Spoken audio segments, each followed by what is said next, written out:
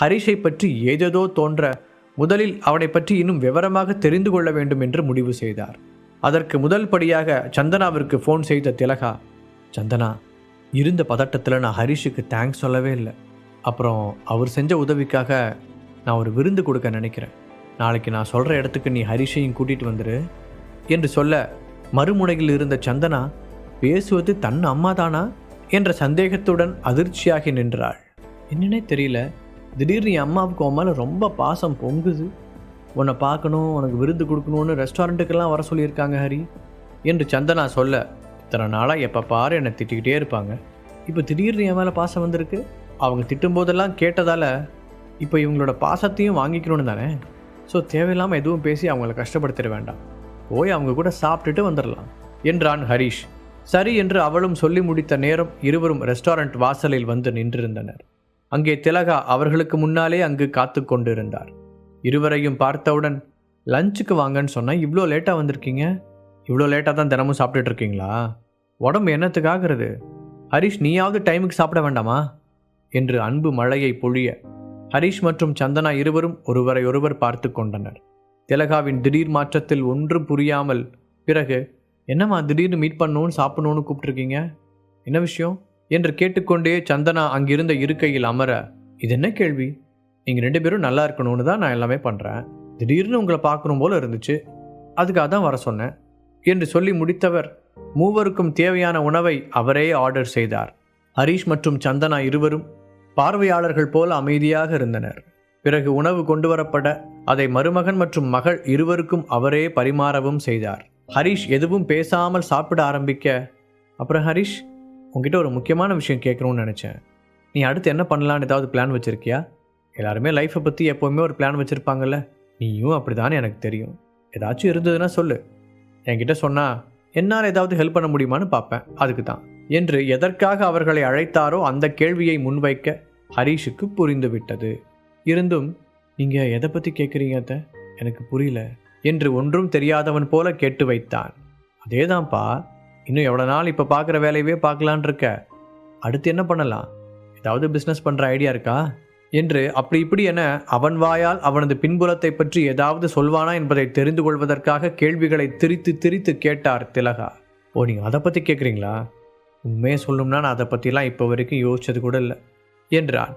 இப்போதைக்கு அவனை பொறுத்தவரை முக்கியமான வேலை என்றால் எப்படியாவது அவனுடைய பலத்தை அதிகரித்து கொள்ள வேண்டும். அவனுக்கு ஆபத்து விளைவிக்கக்கூடிய அனைவரிடமிருந்தும் தன்னையும் தன்னை சேர்ந்தவர்களையும் தற்காத்து கொள்ள வேண்டும். கூடிய சீக்கிரம் அவனுக்கான சாம்ராஜ்யத்தை முழுதாக கட்டி முடிக்க வேண்டும். அவன் சொன்ன பதிலை கேட்டு திலகாவிற்கு எரிச்சல் தான் வந்தது. ஒரு அம்மாவை அவங்க 2 பேரையும் நினச்சி எனக்கு ரொம்ப கவலையாக இருக்குது. அதுவும் ஹரிஷ், நீ இப்படி எந்த பிளானும் இல்லைன்னு சொல்கிறத பார்த்தா எனக்கு ரொம்ப பயமாக இருக்குது.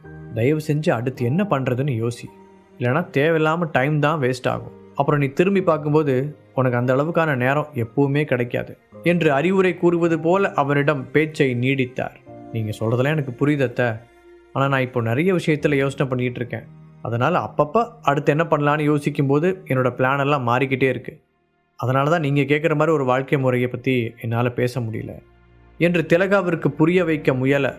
சும்மா நிறுத்து ஹரிஷ், இன்னும் எவ்வளோ நாளைக்கு இப்படியே இருக்கலான்னு முடிவு பண்ணியிருக்க? காலம் முழுக்க நான் உன்னை டெய்லியும் எதுவுமே பண்ணலான்னு கம்ப்ளைண்ட் பண்ணுறதையே கேட்டுக்கிட்டு இருக்கலான்னு முடிவு பண்ணிட்டியா?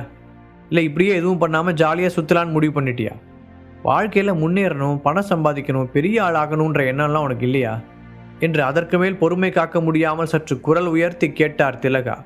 அப்படி இல்லை அத்தை, நான் என்ன சொல்ல வரேனா என்று அவன் மீண்டும் விளக்கம் சொல்ல வர, அதெல்லாம் ஒன்றும் வேண்டாம், நீ ஏதோ ஒரு உண்மையை மறைக்கிற, எனக்கு நல்லாவே தெரிஞ்சு போச்சு, அது என்னன்னு சொல்லு என்று கேட்டவர் பின் தானே அந்த பேச்சிலிருந்து பின்வாங்கிவிட்டு, இங்கே பாரு ஹரிஷ், இப்போ நாம் எல்லாரும் ஒரே குடும்பமாயிட்டோம், நாம் எல்லாரும் ஒன்றா இருக்கோம். இந்த குடும்பம் நல்ல முறையில் செயல்படணும்னா நீயும் சம்பாதிக்கணும், நீயும் கொஞ்சம் பணம் கொடுத்து இந்த குடும்பத்தை மேலே கொண்டு வரதுக்கு முயற்சி பண்ணணும் என்று சொன்னவர் அவனையும் சந்தனாவையும் ஒரு முறை பார்த்துவிட்டு, உன்னோட பழைய கால வாழ்க்கை எப்படி இருந்துச்சுன்னு எனக்கு தெரியாது, ஆனால் என் பொண்ணை கல்யாணம் பண்ணதிலிருந்து நீ எதுவுமே பண்ணலை, உன்னால் பிரச்சனை மட்டும்தான் வருது, அவள் சம்பாதிக்கிற பணத்தில் தான் இப்போ வரைக்கும் நீ வாழ்ந்துக்கிட்டு இருக்க, இன்னும் எவ்வளோ நாளைக்கு இப்படியே இருக்கலான்னு நீ மனசில் திட்டம் வச்சுருக்க, அதை பற்றி தான் நான் தெரிஞ்சுக்கணும்னு ஆசைப்பட்றேன், உன்னால் இதுக்கு பதில் சொல்ல முடியுமா என்று இப்போது பூசி மொழுகும் பேச்செல்லாம் இல்லாமல் நேருக்கு நேராகவே கேட்டிருந்தார். ஹரிஷ் எதுவும் பேசாமல் அமைதியாகவே இருக்க, இவ்வளவு நேரம் அமைதியாக இருந்த சந்தனா கோபமாகி கையில் இருந்த ஸ்பூனை சட்டென கீழே வைத்துவிட்டு, அம்மா போதும் நிறுத்துங்க, நீங்கள் சாப்பிட கூப்பிட்டீங்கன்னு தான் நாங்கள் 2 பேரும் வந்தோம். நீங்கள் இப்போ எதுக்காக இப்படிலாம் பேசிகிட்டு இருக்கீங்க? இதை பற்றிலாம் கேட்கறதுக்காக தான் நீங்கள் வர சொல்லியிருக்கீங்கன்னு தெரிஞ்சிருந்தால் நாங்கள் 2 பேரும் வந்திருக்கவே மாட்டோம் என்று அவனை மரியாதை இல்லாமல் பேசியதை ஏற்றுக்கொள்ள முடியாமல் அம்மாவிடம் சண்டைக்கு தயாரானாள் சந்தனா. இப்போ நான் அப்படி என்ன கேட்கக்கூடாத கேள்வியை கேட்டுட்டேன்னு இப்படி உன் புருஷனுக்காக சண்டைக்கு வர? ஊர் உலகத்தில் போய் பாரு, எல்லாரும் எப்படி சம்பாதிச்சு குடும்பத்தை காப்பாற்றிட்டு இருக்காங்கன்னு. நான் என்ன அவங்கள மாதிரியே இவனை சம்பாதிக்க சொன்னேனா? ஏதோ கொஞ்சமாச்சும் இந்த குடும்பத்தை பார்த்துக்கிற அளவுக்கு சம்பாதிக்க தானே கேட்குறேன். அதை கூட உன் புருஷன்கிட்ட கேட்கக்கூடாதா? இல்லை இவங்கிட்ட 10 தலைமுறைக்கு உட்காந்து சாப்பிட்ற அளவுக்கு சொத்து இருக்கா? அப்படி இருந்தால் சொல்ல சொல்லு, இதுக்கு மேலே நான் எதுவுமே பேசலை. உனக்கு எதிர்காலத்துக்கு ஒரு பாதுகாப்பு இருக்குன்னு நினச்சி தான் நான் அமைதியாக இருந்துடுறேன் என்ற நேர்க்காக பேசி அவனிடமிருந்து விஷயத்தை தெரிந்து கொள்ள முயன்றார் திலகா. அம்மா, நீங்கள் ஏன் திரும்ப திரும்ப இதையே பேசிகிட்டு இருக்கீங்க? ஒருவேளை நீங்கள் சொல்கிற மாதிரி அவங்ககிட்ட பணம் இருந்தால் அது அவனோட பணம், அதை முதல்ல புரிஞ்சுக்கோங்க. அந்த பணத்துக்கும் நம்மளுக்கும் எந்த சம்மந்தமும் இல்லை என்று எந்த நிலையிலும் ஹரீஷிடமிருந்து பணத்தை தான் எதிர்பார்க்கவில்லை என்பதை அழுத்தம் திருத்தமாக கூறினாள். ஹரீஷ் நடக்கும் அனைத்தையும் ஒரு சின்ன சிரிப்புடன் வேடிக்கை பார்த்து கொண்டிருந்தான். திலகா எதற்காக இப்படியெல்லாம் பேசுகிறார் என தெரிந்து கொள்வதற்காக அவர் வார்த்தைகளை மாற்றி மாற்றி திரித்து பேசுகிறார் என்று அவனுக்கு நன்றாகவே தெரியும். கடந்த காலத்தில் நடந்த சம்பவங்களை நினைத்து பார்த்தவனுக்கு திலகா இந்த மாதிரியெல்லாம் நடந்து கொள்ளவில்லை என்றால்தான் ஆச்சரியம் என்று தோன்றியது. ஆனால் சற்று மெதுவாக காய் நகர்த்துவார் என்று அவன் நினைத்திருந்தான். இப்படி நேருக்கு நேராக உடனடியாகவே வந்து நிற்பார் என்பது அவனுக்கு சற்று ஆச்சரியமாகத்தான் இருந்தது. ஆனால் இப்போது வரை வாய் திறந்து எதுவும் பேசவே இல்லை. இவ்வளோ தூரம் நம்ம 2 பேரும் மாறி மாறி பேசுகிறோமே, இப்போ கூட உன் புருஷன் வாயை திறந்து பதில் சொல்கிறானா பாரு. இனிமே ஒழுங்கா இருக்கேன், வேலைக்கு போய் சம்பாதிக்கிறேன், எல்லாரையும் பார்த்துக்கிறேன் அப்படின்னு இப்போ கூட உன் புருஷனால் சொல்ல முடியல. அப்படின்னா என்ன அர்த்தம்? காலம் முழுக்க உன்னோட பணத்திலேயே வாழலான்னு அவன் முடிவு பண்ணிட்டானா என்று மீண்டும் ஹரீஷிடமே பாய்ந்தார். அப்போது, இதுக்கு மேலே இப்படியே பேசிகிட்டு இருந்தீங்கன்னா நான் அமைதியாக இருக்க மாட்டேன். கொஞ்சமாச்சும் என்ன பேசுகிறோம், எதுக்காக பேசுகிறோன்னு யோசிச்சு பேசுங்க. அவங்கிட்ட பணம் இருக்கு இல்லை, இப்போ அது விஷயமே இல்லை. நீங்கள் எதுக்காக இதை இவ்வளோ பெரிய பிரச்சனையாக்குறீங்க என்று கேட்க திலகாவிற்கு அதற்கு மேல் கோபத்தை அடக்க முடியவில்லை. டேபிளில் இருந்த உணவுப் பொருட்களை தட்டி விட்டார். எனக்கு பதில் சொல்ல முடியாதுன்னா அப்புறத்துக்கு நான் ஆர்டர் பண்ண சாப்பாடை சாப்பிட்றீங்க என்று கோபமாக கேட்டுவிட்டு, பில்லை பே பண்ணுங்க, அப்படியே அந்த உடஞ்ச பொருளுக்கு சேர்த்து பில் பே பண்ணிட்டு வாங்க என்று அங்கிருந்து கிளம்பியிருந்தார். தான் தேடி வந்த பதில் கிடைக்கவில்லை என்ற ஏமாற்றத்தில் அம்மாவின் செயலில் கடுப்பான சந்தனா அம்மா என்று அவர் பின்னால் செல்லப்போக தடுத்து நிறுத்திய ஹரீஷ், இதெல்லாம் நாம் எதிர்பார்த்ததானே, பில் எவ்வளோன்னு கேளு, பே பண்ணிட்டு கிளம்பலாம், லேட் ஆகுது என்று தேவையில்லாமல் திலகாவோட பிரச்சனையை வளர்க்க விரும்பாமல் அத்தோடு கத்தரித்து கொண்டான். சந்தனாவும் அவன் கூறியதால் அதற்கு மேல் எதுவும் பேசாமல் அமைதியாகிவிட்டாள். பிறகு அங்கிருந்து கிளம்பி தன்னுடைய கல்லூரிக்கு வந்திருந்தான் ஹரீஷ். தன்னிடத்தில் அமர்ந்து ஏதோ யோசித்து கொண்டிருந்தவன் எதிரில் லாவண்யா வருவதை பார்த்து சற்று அதிர்ச்சி அடைந்து தலையில் கை வைத்து கொண்டான். அட கடவுளே, நடந்த பிரச்சனையில் லாவண்யா மேம் பிரச்சனையை பற்றி யோசிக்கவே மறந்துட்டனே, இவ்வளோ நாள் எப்படி சமாளிச்சாங்கன்னு தெரியலையே என்று லாவண்யா நிலைமையை பற்றி யோசித்து பார்த்தவன் இறுதியாக அவளுக்கு ஒரு முறை ஃபோன் செய்திருந்தான். ஆனால் லாவண்யா அழைப்பை ஏற்கவில்லை. அதற்கு மேல் அவனுக்கும் பிரச்சனை கழுத்தை நிறுத்திருக்க லாவண்யாவை பற்றி சிந்திக்காமல் விட்டுவிட்டான். ஆனால் இப்போது லாவண்யாவை பார்க்க அவனுக்கு சற்று ஆச்சரியமாகத்தான் இருந்தது. வெகு சாதாரணமாக நடந்து வந்தவள் அவனிடம், உன்கிட்ட கொஞ்சம் பேசணும், என்னோட கேபினுக்கு வா என்று அழைத்தாள். என்ன, அந்த மருந்து எந்த வேலையுமே காட்டலையா? இன்னும் ரொம்ப சாதாரணமாக இருக்காங்களே, இது எப்படி சாத்தியம் என்று யோசித்து கொண்டே அவன் சென்றுவிட ஒரு ப்ரொஃபஸர் ஸ்டூடெண்ட் லீடரான வைபவை விட்டுவிட்டு ஹரீஷை அழைத்து செல்வதை பார்த்த மாணவர்கள் தங்களுக்குள் ஏதேதோ பேசிக்கொண்டனர். என்ன இருந்தாலும் வைபவ் இருக்கும்போது எதுக்காக லாவண்யா மேம் ஹரீஷை கூட்டிகிட்டு போகணும்? எந்த முக்கியமான விஷயம் சொல்கிறதா இருந்தாலும் வைபவ் கிட்ட தானே சொல்லணும் என்று ஒருவன் கேட்க, டேய், அவன் எப்பவும் போல ஏதாவது ஆகாத வேலையை பண்ணியிருப்பான், அதுக்கு திட்டுறதுக்காக கூப்பிட்டுருப்பாங்க, இவங்கிட்ட முக்கியமாக பேச வேற என்ன இருந்துருப்போது என்று இன்னொருவன் சொல்ல, வைபவும் ஆமாம் அப்படிதான் இருக்கும், என்னை விட்டுட்டு அவனை எதுக்காக கூட்டிகிட்டு போகிறாங்க, அதுலேயும் நான் மேமுக்காக என்னெல்லாம் பண்ணியிருக்கேன் அப்படின்னு எல்லாருக்குமே தெரியும், அப்படி இருக்கும்போது என்னை மதிக்காமல் அவங்க எப்படி அவங்ககிட்ட பேசுவாங்க, இது நிச்சயம் ஏதாவது வில்லங்கமான விஷயமாக தான் இருக்கும் என்று சொல்லி முடிக்கும் பொழுது டேபிளை தட்டி வேகமாக எழுந்து வந்து நின்ற ஜீவா, இன்னொரு வார்த்தை தேவையில்லாமல் என்னோடய ஃப்ரெண்டை பற்றி தப்பாக பேசுனீங்க, இங்கே இருக்கிற ஒவ்வொருத்தரையும் நான் சும்மா விட மாட்டேன் என்று கத்தினான். மற்றவர்கள் ஜீவாவை பார்த்து பயந்து வாயை மூடிக்கொண்டாலும் வைபவால் அப்படி இருக்க முடியவில்லை. அது தனக்கு அவமானம் என்று நினைத்தவன், இங்கே பாரு, உன்னை பற்றி யாராவது பேசினாங்களா? இல்லை தானே? ஹரிஷை பற்றி பேசினா உனக்கு என்ன வந்துச்சு? எதுக்காக இப்போ தேவையில்லாமல் பிரச்சனை பண்ணிகிட்டு இருக்க என்று பதிலுக்கு பதில் சண்டையிட தயாரானான். சட்டை காலரை மடக்கிவிட்ட ஜீவா, அப்படியா, என் கூட சண்டை போட்டு ஜெயிச்சுட்டு அதுக்கப்புறம் என் நண்பனை பற்றி என்ன வேணாலும் பேசிக்க, என்ன சண்டைக்கு தயாரா என்று கேட்க ஜீவாவின் பலத்தை பற்றி வைபவிற்கு நன்றாகவே தெரியும். அதுவும் இல்லாமல் இப்போது ஜீவாவை பார்க்க இன்னும் பலசாலி போல தெரிந்தான். அதனால் தேவையில்லாமல் அவரோட கைகலப்புக்கு சென்று அவமானப்பட விரும்பாதவன், அவனை பற்றி பேசி எங்களுக்கு என்ன கிடைக்க போகுது, டேய் இதுக்கு மேலே யார் எதுவும் பேசாதீங்க, நீங்கள் எதுக்காக கண்டவனை பற்றிலாம் பேசுகிறீங்க என்று மீசையில் மண் ஒட்டவில்லை என்ற வீதியில் சமாளித்து பிரச்சனையை முடித்தான். இவங்களுக்கு மட்டும் இல்லை, இங்கே இருக்கிற எல்லாருக்குமே சொல்கிறேன், யாராவது தேவையில்லாமல் ஹரிஷை பற்றி தப்பாக பேசுனீங்க அதுக்கப்புறம் பேசுறதுக்கு வாய் இருக்காது என்று எச்சரித்து விட்டு சென்று தன்னிடத்தில் அமர்ந்து கொண்டான் ஜீவா. அதே நேரம் இங்கு லாவண்யாவுடன் அவளது அறைக்கு வந்திருந்தான் ஹரிஷ். அப்போது பார்க்கத்தான் அவள் சாதாரணமாக இருப்பது போல தெரிந்தாள். ஆனால் இங்கு வந்த பிறகுதான் அவள் அவ்வாறு நடித்து கொண்டிருக்கிறாள் என்று ஹரிஷுக்கு புரிந்தது. அப்படின்னா அந்த மருந்து நான் நினச்ச மாதிரி தான் வேலை செஞ்சிருக்கு போல, இவங்க ரொம்ப சோர்வாக தான் இருக்காங்க, அப்படின்னா அவங்களோட பவர் எல்லாம் போயிடுச்சு, இதுக்கு தான் நான் அப்பவே சொன்னேன் என்று மனதில் நினைத்து கொண்டே அவளை பார்க்க, ஹரிஷ் நான் உன்னை எதுக்கு பார்க்கணும்னு சொன்னேன்னு உனக்கு தெரியுமா என்று கேட்டாள் லாவண்யா. எனக்கு எப்படி மேம் தெரியும், நீங்கள் தான் வந்த உடனே நான் பார்க்கணுன்னு கூட்டிகிட்டு வந்துட்டீங்களே, எனக்கு ஸ்பெஷலாக ஏதாவது சமைச்சு கொண்டு வந்திருக்கீங்களா என்று அவள் எதற்காக அழைத்திருப்பாள் என்று தெரிந்திருந்தாலும் நிலைமையை சற்று சகஜமாக்குவதற்காக அவளிடம் சாதாரணமாக பேசினான்.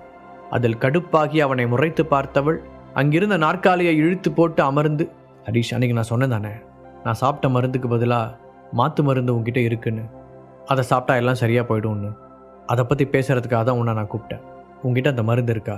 நான் இப்போ ரொம்ப பலவீனமாக இருக்கேன், எனக்கு என்னோடய பவர் எல்லாம் வேணும், உங்ககிட்ட அந்த மருந்து இருந்தால் கொடு என்று அவனிடம் கெஞ்சும் குரலில் கேட்டவள் ஹரிஷ் சொல்லப்போகும் பதிலுக்காக ஆர்வத்துடன் அவனையே பார்த்து கொண்டிருந்தாள்.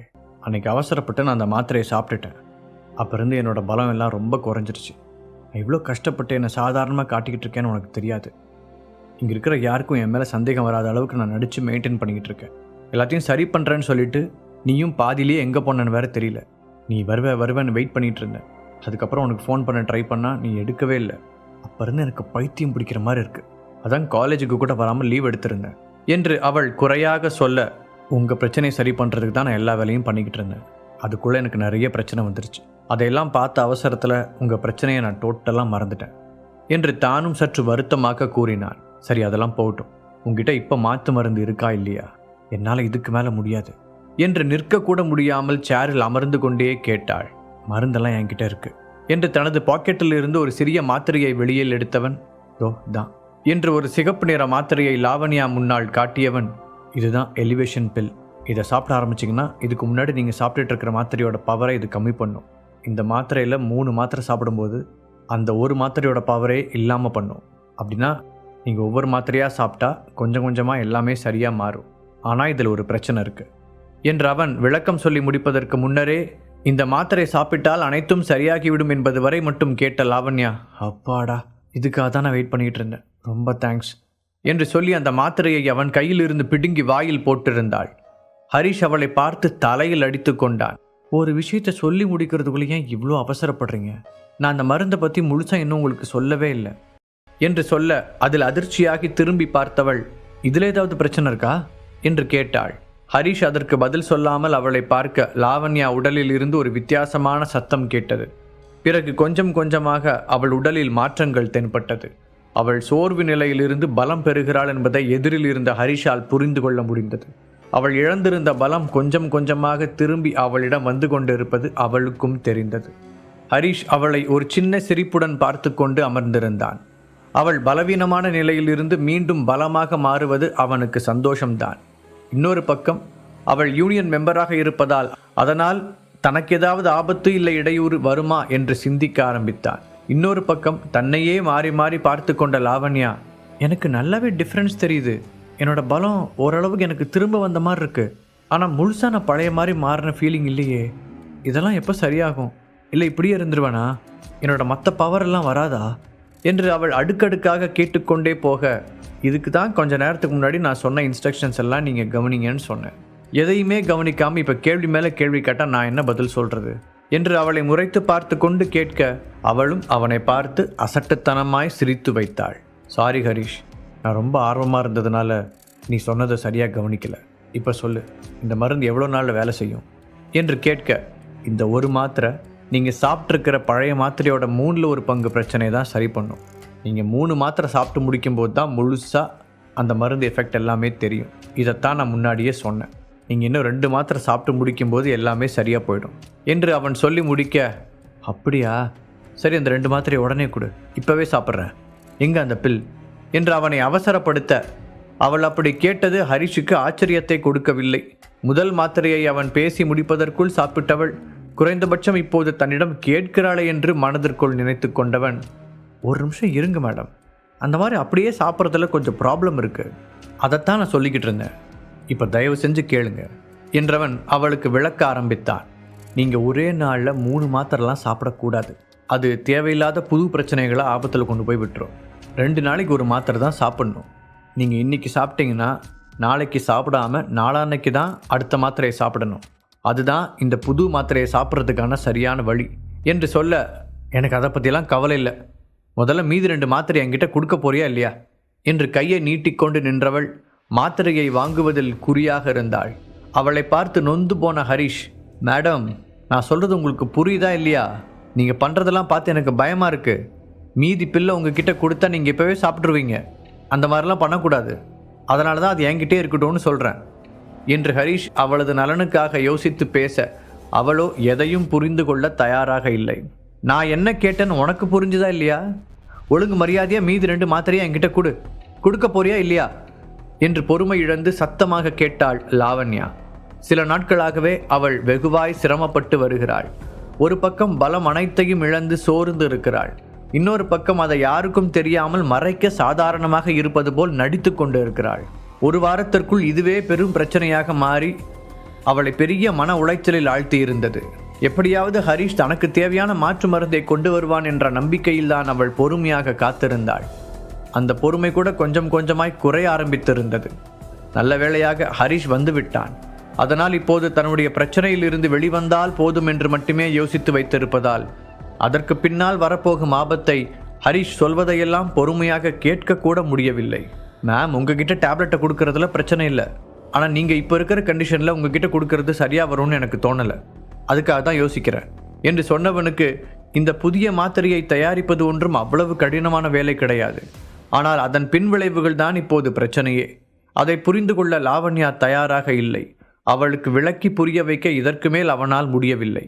அதற்குள் பெரிய பெரிய மூச்சுகளை இழுத்து விட்டு தன்னை தன்னிலைப்படுத்தி கொண்ட லாவண்யா பிறகு மெதுவாக நிமிர்ந்து அவனை பார்த்தாள். நீ சொல்கிறது எல்லாமே எனக்கு புரியுது ஹரிஷ். நீ சொல்கிற மாதிரி 2 நாளைக்கு ஒரு மாத்திரை தான் சாப்பிடுவேன். தேவையில்லாமல் எந்த தப்பும் பண்ண மாட்டேன். நீ என்னை நம்பி மாத்திரையை கொடுக்கலாம்.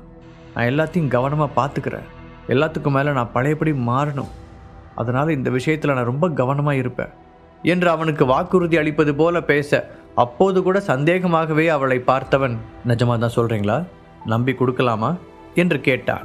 அதான் சொல்கிறேன்ல, நீ என்னை நம்பி கொடு, நான் எல்லாத்தையும் சரியாக பண்ணிடுவேன் என்று அவனுக்கு மீண்டும் நம்பிக்கை தருவது போல சொன்னாள். அதை கேட்டவன், சரி, நான் உங்களுக்கு மாத்திரை கொடுக்குறேன் என்று தனது பாக்கெட்டில் இருந்து சிறிய டப்பாவை எடுத்தவன் அதில் மீதம் இருந்த 2 மாத்திரைகளையும் அவளிடம் கொடுத்தான். என்னதான் அவர் கூறிய அறிவுரைகள் அனைத்தும் புரிந்திருந்தாலும் அவள் இருக்கும் நிலையில் அதை பற்றி யோசிக்காதவன் அடுத்த நொடியே அவன் கொடுத்த 2 மாத்திரைகளையும் வாயில் போட்டிருந்தாள். ஹரிஷுக்கு அவளை தடுப்பதற்கு கூட அவகாசம் கிடைக்கவில்லை. அவன் அதிர்ச்சியாக பார்க்க, ஏன் எதுக்கு இங்கே வெயிட் பண்ணிட்டு இருக்க? உன்னோட கிளாஸ் ரூமுக்கு போ, நான் சீக்கிரமே பழையபடி மாறி கிளாஸ் ரூமுக்கு வருவேன், எனக்காக அங்கே வெயிட் பண்ணிட்டுரு, இப்போ இங்கிருந்து கிளம்பு என்று கொஞ்சம் கொஞ்சமாய் தனக்கு மீண்டும் பலம் வருவது போல உணர்ந்தவள் அவனை அங்கிருந்து வெளியில் அனுப்பினாள். ஹரிஷ் தான் அடுத்து என்ன நடக்கப் போகிறது என்று அதிர்ச்சியுடன் இருந்தான். பிறகு வேறு வழியில்லாமல் அவள் அறையிலிருந்து கிளம்பியவன் மீண்டும் தன்னுடைய வகுப்பறைக்கு வந்தான். அங்கு உள்ளே நுழையவும் இப்பொழுது அனைவரும் தங்களுக்குள் ஏதோ கிசுகிசு என பேசிக்கொண்டிருப்பதை கவனித்தான். என்னாச்சு உங்களுக்கெல்லாம், என்ன பேசிட்டு இருக்காங்க என்று அனைவரையும் ஒரு பார்வை பார்த்தபடி வந்து ஜீவா அருகில் அமர்ந்தவன், என்னடா நடக்குதுங்க, எல்லாரும் மாறி இருக்காங்க என்று தலையை தேய்த்து கொண்டே கேட்டான். காரணம், அவர்கள் அவனை பார்த்து பார்த்து தானே பேசிக்கொண்டு இருந்தார்கள். அப்படியெனில் தன்னை பற்றி தான் பேசுகிறார்கள் என்று நினைத்திருந்தான். தலையை குனிந்து அமர்ந்திருந்த ஜீவா அவனை பார்த்தவுடன், எங்கடா போன ஜீவா என்று அவனை தன் அருகில் அமர்த்தி, பெரிய பிரச்சனை ஆயிடுச்சு, நான் சொல்றதை விட நீயே பாரு, அப்பதான் புரியும் உனக்கு என்று அவனிடம் ஒரு புகைப்படத்தை ஃபோனில் காண்பித்து, இதை பார், உனக்கு எல்லாம் புரியும் என்று சொல்ல, என்ன நடக்குதுன்னு கேட்டால் ஃபோனில் என்னடா காமிக்கிற என்று அவனை புரியாமல் பார்த்து கேட்ட ஹரிஷ் ஃபோனை பார்த்து அடுத்த நொடி அதிர்ந்து போனான். அதில் ஒரு ஆணும் பெண்ணும் மிக நெருக்கமாக முத்தமிடுவதற்கு தயாராக நெருங்கியிருப்பது போல் ஒரு புகைப்படம் இருந்தது. அந்த பெண்ணின் முகம் சரியாக தெரியவில்லை. ஆனால் பார்க்க மிகவும் அழகான பெண்ணாகத்தான் இருக்க வேண்டும் என்னும் அளவிற்கு இருந்தாள். அந்த ஆண் வேறு யாரும் இல்லை, ஹரிஷ் தான். அவனது முகம் தெளிவாக இருந்தது. அந்த புகைப்படம் அவர்களது அஃபிஷியல் வாட்ஸ்அப் குரூப்பில் அனைவருக்கும் பகிரப்பட்டு இருந்தது. ஹரிஷ் புரியாமல் அதை பார்த்து கொண்டு இருக்க, அவன் பின்னால் வந்து நின்ற ஒருவன், என்னடா ஹரிஷ், உன்னை பற்றி நாங்கள் எல்லாரும் என்னமோ நினச்சோம், இவ்வளோ பெரிய ஆளாக இருக்க, பொண்ணு விஷயத்தில் இவ்வளோ பெரிய மன்மதன் எங்களுக்கு தெரியாமலே போயிடுச்சுடா, செமடா நீ என்று பெருமையாக சொல்வது போல் அந்த புகைப்படத்தில் இருப்பது ஹரிஷ் தான் என்பதை மீண்டும் ஒரு முறை தெளிவாக குத்தி காட்டினான். ஹரிஷ் அதற்கு பதில் சொல்வதற்கு முன், ஆனால் அந்த பொண்ணு பார்க்க செம்மையாக இருக்கு, ரொம்ப அழகான பொண்ணு போல, அது யார், எங்களுக்கெல்லாம் இன்ட்ரோ கொடுக்க மாட்டியா, அந்த பொண்ணு எங்கே இருக்கா, அவளை பற்றி ஏதாவது டீட்டெயில் சொல்லு, நாங்களும் அவளை பார்ப்போம்ல, என்னங்கடா என்று வேண்டுமென்றே அவரிடம் வம்பு செய்தான் வைபவின் இன்னொரு நண்பன்.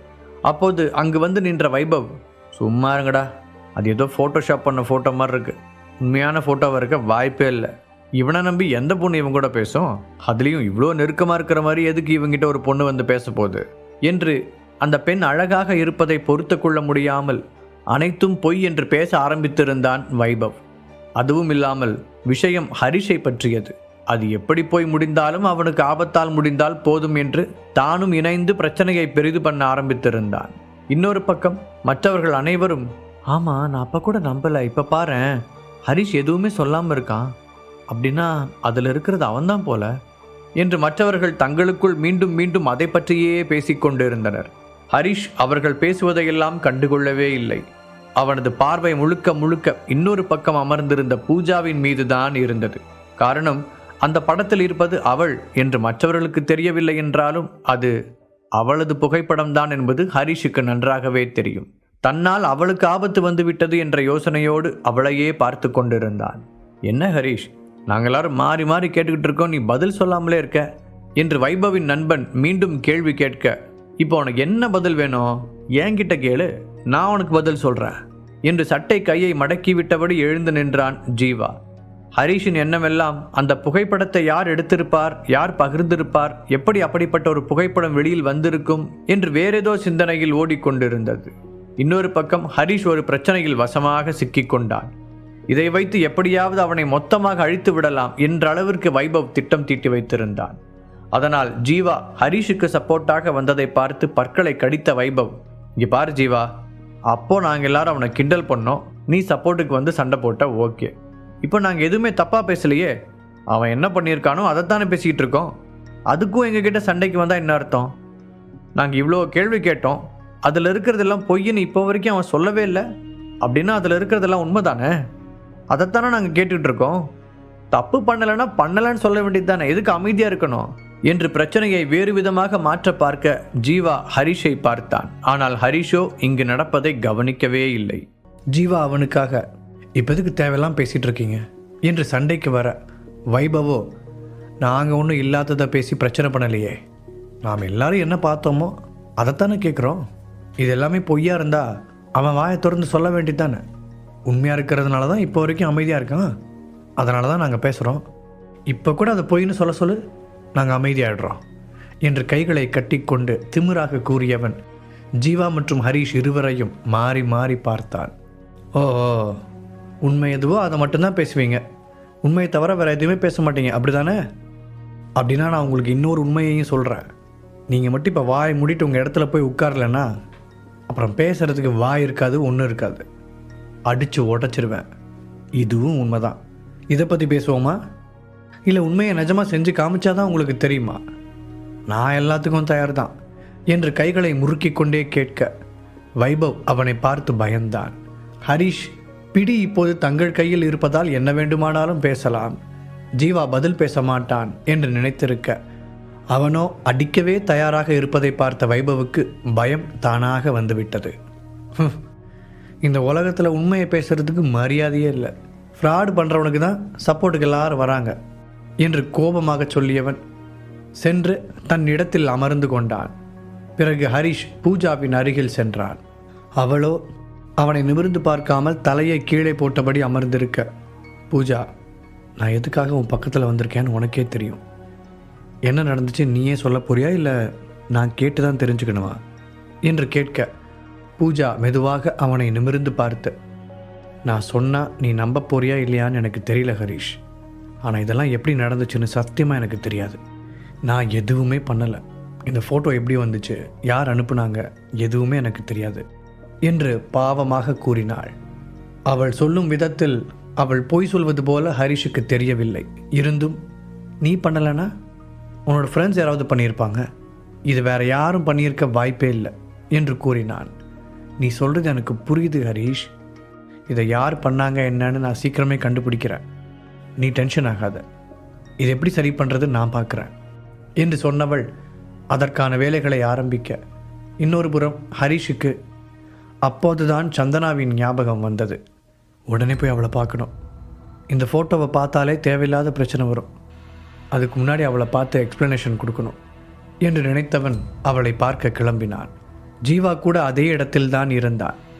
நிச்சயம் இந்த புகைப்படத்தை பார்த்தால் சந்தனா ஹரிஷ் மீது சந்தேகப்படுவாள். இதனால் ஹரிஷின் திருமண வாழ்க்கையில் பிரச்சனை வரும் என்று நினைத்தவன் உடனே போய் சந்தனாவை பார்த்து இது எப்படி நடந்துச்சுன்னு அவளுக்கு சொல்லு என்று கூறி ஹரிஷை அனுப்பி வைத்தான். தனது கிளாஸில் இருந்து கிளம்பிய ஹரிஷ் நேராக சந்தனாவின் வகுப்பறைக்கு வந்தான். உள்ளே நுழைந்தவனின் கண்கள் அதிர்ச்சியில் விரிந்தது. அங்கு தயாளன் சந்தனாவின் கைகளை பிடித்து கொண்டு அவளிடம் வம்பு செய்து கொண்டிருக்க, என்னை விடுங்க சார், எதுக்காக இப்போ என்கிட்ட இப்படிலாம் பிஹேவ் பண்ணிட்டு இருக்கீங்க, ப்ளீஸ் என்னை விடுங்க. முழு கதையையும் கேட்டு மகிழ பாக்கெட் FM ஆப்பை டவுன்லோட் செய்யுங்கள். லிங்க் டிஸ்கிரிப்ஷனில் கொடுக்கப்பட்டுள்ளது.